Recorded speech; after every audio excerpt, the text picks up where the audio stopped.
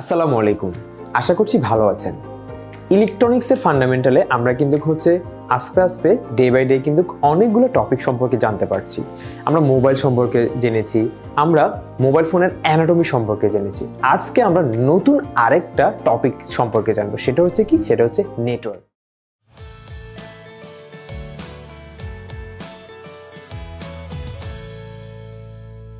তো এই নেটওয়ার্কে আমরা আসলে একসাথে অনেকগুলো ক্লাস পাবো।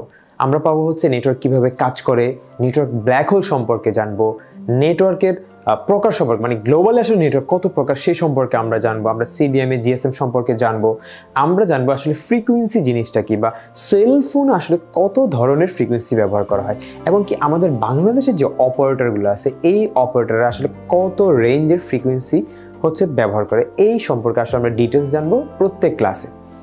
তো আজকে আমরা যে ক্লাসটা শুরু করব সেটা হচ্ছে নেটওয়ার্ক আসলে কিভাবে কাজ করে, একটা সেলফোনের নেটওয়ার্ক কিভাবে কাজ করে।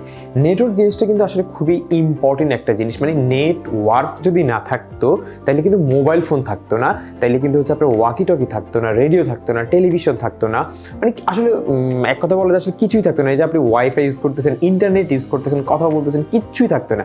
পুরো কাজটা কিন্তু নেটওয়ার্ক বা এই সিস্টেমটাই কিন্তু করে থাকে, ঠিক আছে? তো এটা আসলে আমরা নেক্সট ক্লাসগুলোতে আমরা বিস্তারিত জানবো আসলে এটা কিভাবে কাজ করে। আজকে জানবো হচ্ছে কি, আজকে জানবো হচ্ছে মোবাইল ফোনের নেটওয়ার্কটা আসলে কিভাবে কাজ করে। শুধুমাত্র এখানে কিন্তু আমি স্পেসিফিক মোবাইল ফোনের নেটওয়ার্কের কথা বলতেছি, ওয়াকি টকি বা হচ্ছে রেডিও টিভি চ্যানেলের কথা কিন্তু আমি বলছি না।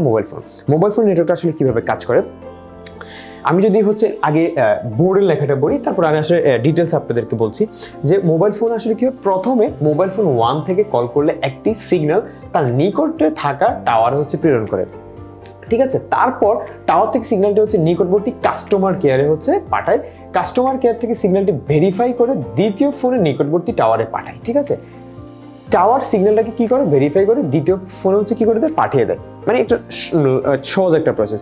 মানে হচ্ছে আপনি যে কোনো অপারেটর থাকতে পারেন, ধরেন আপনি হচ্ছে রবি ইউজার, তো আপনি যদি হচ্ছে কোনো ফোনে কল করতে যান, সেক্ষেত্রে ধরেন আপনি রবি থেকে ডায়াল করছেন, আপনি গ্রামীণ ফোনে ডায়াল করছেন, তখন সে কী করবে, পার্শ্ববর্তী যে টাওয়ারটা থাকবে, টাওয়ারটা হচ্ছে আপনার সিগন্যালটাকে গ্রহণ করবে। গ্রহণ করার পরে সে কী করবে, ওই টাওয়ারের পার্শ্ববর্তী যে হচ্ছে কাস্টমার কেয়ারটা থাকবে, ওই কাস্টমার কেয়ারে হচ্ছে আপনার সিগন্যালটাকে হচ্ছে সে কী করে দেবে, পাস করে দেবে।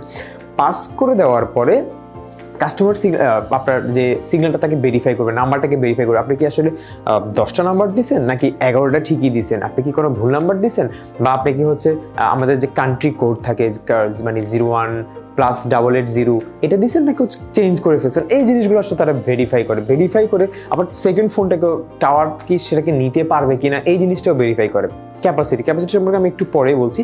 দেন হচ্ছে সে আসলে ওই সেকেন্ড টাওয়ারে পাঠায়, সেকেন্ড টাওয়ারে পাঠানোর পরে সেকেন্ড টাওয়ার কি করে, ভেরিফাই করে হচ্ছে, মানে ভেরিফাই করে কি সে আসলে ফোনটা কি ওপেন আছে নাকি হচ্ছে অফ আছে, এই জিনিসটা চেক করে দেন হচ্ছে সেকেন্ড ফোনে পাঠিয়ে দিই, তখন হচ্ছে আমরা আসলে কলটা রিসিভ করতে পারি।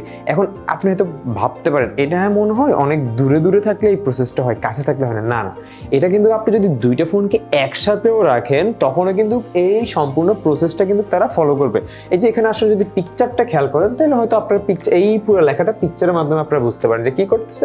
সেলুলার এ থেকে যখন সেলুলার বি তে কল করবে তখন সিগন্যালটা কি করতেছে, একটা সিগন্যাল হচ্ছে এভাবে হচ্ছে প্রথম তার পার্শ্ববর্তী যে টাওয়ারটা ওই টাওয়ারে আসছে, টাওয়ার থেকে আচ্ছা এখানে একটা জিনিস মনে রাখেন যে বিটিএস লেখা আছে, টাওয়ারটাকে কি বলা হয়, বিটিএস মানে হচ্ছে বেস ট্রান্সিভার স্টেশন, ঠিক আছে? Base ট্রান্সিভার station.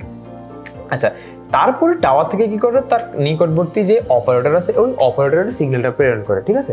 অপারেটরের এখানে লেখা আছে কি এমটিএসও অথবা হচ্ছে বিটিসি। এমটিএসও মানে হচ্ছে মোবাইল টেলিফোন সুইচিং অফিস, আর যদি আপনি বলেন যে বিটিসিটা কি, বিটিসিটা হচ্ছে বেস ট্রান্সমিট কন্ট্রোলার, ঠিক আছে? Base transmit controller বিটিসিটা।